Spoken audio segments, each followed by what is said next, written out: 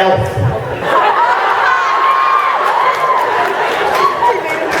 Hey Frank, You missed the way. What was it like working with Tom Felton? There you go, it's a serious question. It was fantastic. He's an incredibly, I think he is frankly the sexiest of all of them. I don't know. I say that in a fatherly way, obviously. And very early on, we've got the biggest mailbag from all the ladies, so I hope that continues. So, the song by microphone over there. Hi. I heard the word film. The hardest scene for me to film was probably the first one I ever did because I was so scared. Like, it was already... Not kind of like that, but it was, you know, it was already a really successful film. Number one was huge, and it had all these amazing actors in, these iconic actors. And then I came to the set, and Richard Harris was there. Richard Harris, I went to drama school with his son. The late, great, fantastic Richard Harris, who was, you know, is a legend. And I said, I was so scared. You know, I went straight in with, I know your son. I was at drama school with him. He's the best actor I've ever seen. I mean, apart from you, he's brilliant. And I thought I did. And so he started telling me funny stories, and he was great. He was charming. And then we went to sit down as Dumbledore and Lucius. They went action, and it was his line, and he just stared at me. And I waited, and then he just stared at me, and I thought, it's me. Oh my God, I can't remember what I meant to say. And then the room seemed to get smaller, and I could feel my heart, you know, beating in my teeth. And then he finally said a line, and I thought, oh my God, that was him. That's Dumbledore, that's not Richard, that is Dumbledore absolutely drilling me. So I appropriately was scared of Dumbledore.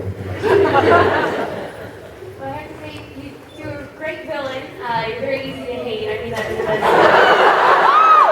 I take it in the best way. Do you ever wish you could be the hero? Well, in my own mind, in Lucy's mind, he was the hero. Yeah!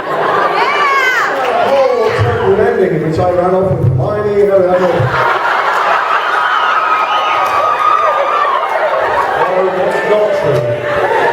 No, I just like really well-written parts because I loved it. I thought Lucy's was delicious. I mean, I so enjoyed literally talking with his voice because there was something about the way he chewed words up. I had a good time because it's not very serious acting, let's face it. Much like, you know, you guys like dressing up silly clothes and putting on funny voices, and so Lucius was about as good as it gets in that way. I did not kick the wig. And let me tell you, it's a source of some bitterness. All the wigs, as many of them, will be touring. I'm death's door, okay, you know. I'm sorry, an exhibition somewhere, or lying on the beach in the Bahamas, but no, I did not get a wig, and you can pass that on to whoever the keepers of the wigs are. On a scale of 1 to 10, how much do you miss the wig? Here's the thing about the wig, I loved it and I hated it. I loved it because I'm a lazy actor, and I was trying to find some way to make a mark in these films with, you know, people like, he comes on and just so sinister and brilliant from the beginning and everybody else. So I thought, give me as many props as I can. So I have a cane. The cane's getting around applause. Oh my God. Yeah. Well, I came up with a cane. Can you believe it? That was my invention, purely because I thought, I need props, I need costumes, I need funny voices. I came up with a cane with the wand inside it.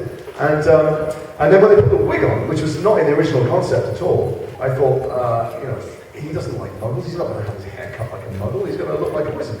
And so I asked for this blonde wig, and since they put it on to keep it straight and to keep it out of my mouth, because all those get tangled up all the time, I had to tilt my head back. And since I tilted my head back, I was looking down my nose. And I thought, that's great, but I want to put that on, put the cane on, pull the cane.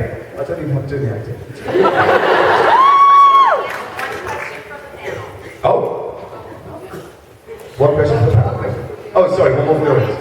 I hear you got to choose how you exited as Lucius. Is that true?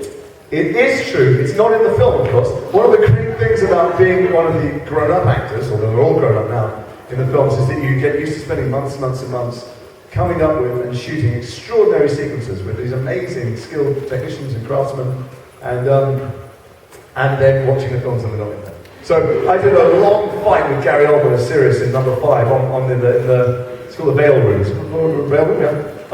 Long fight. They left us alone with second, and we came up with things, and Gary was like, "What about if I do my wand?" And there's like a wall of rock. And I go, "What about if I scrape my wand down my cane and I do a double bolt helix round?" did an elaborate diss-off where I gradually lost my cane and then I lost my wand. I looked over, it was a big shot down a precipice. And I looked at Sirius and Harry and I went, I'm unarmed. And then Sirius looked at Harry and went, come on, he knocked me off. And I was so looking forward to seeing it. And then I went to watch the cut and it wasn't there. And David went, yeah, it was a very, very good bit. And I'll tell you something, we're making a film called Lucius versus Sirius.